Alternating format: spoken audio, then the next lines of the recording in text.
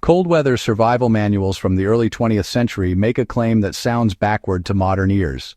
Opening a window in winter could keep a house warmer. Now, this was not folklore or bravado. It was a practical response to how old buildings behaved, how heat actually moved, and how moisture quietly destroyed comfort and fuel efficiency. Builders, soldiers, and householders learned this lesson the hard way, and it is still relevant today for anyone serious about understanding historical living conditions, energy use, and resilience.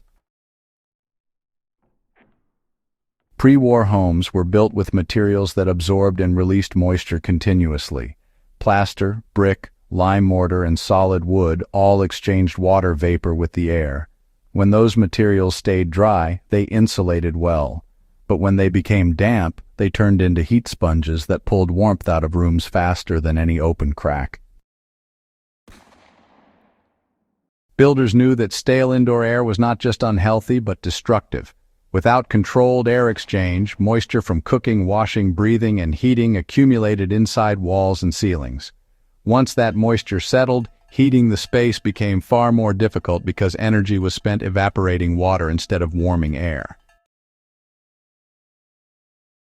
Opening a window briefly allowed saturated air to escape and be replaced by colder but far drier outdoor air. Dry air, even when cold, is easier to heat than moist air trapped indoors. So cold air, it actually holds very little water vapor. But, indoor air in winter, especially in homes where folks are living and breathing, often holds a whole lot more. Now, when that humid indoor air comes into contact with cold surfaces, think walls, windows, or roof timbers, condensation starts to form. And that condensation, well, it does three damaging things all at once. It lowers the effective insulation value of the structure, speeds up rot and mold, and, on top of that, makes your heating system fight against a constant thermal drag. By venting moisture out, even just for a few minutes, households could reduce condensation dramatically. Once those surfaces dried out, they stopped bleeding heat. That's exactly why so many old heating manuals really emphasized airing the house even during snowstorms. These days, folks often assume that any opening means you're just losing heat steadily. But, honestly, that assumption ignores the non-linear nature of how buildings handle warmth. A house with damp walls loses heat all the time.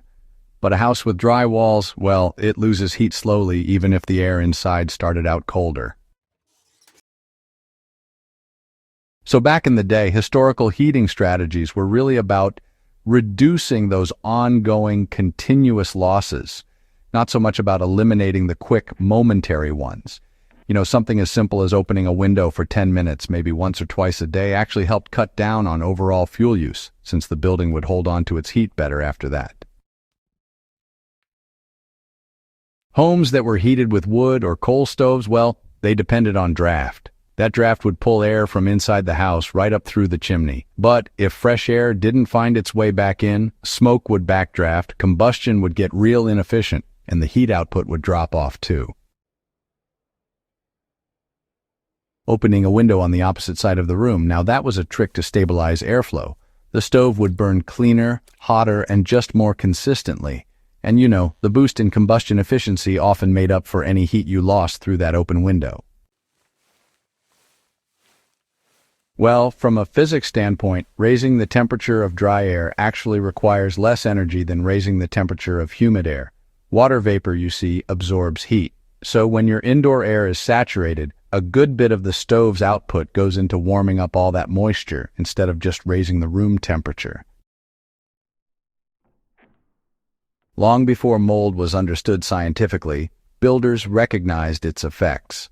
Mold and mildew softened wood, weakened plaster, and made rooms feel perpetually cold.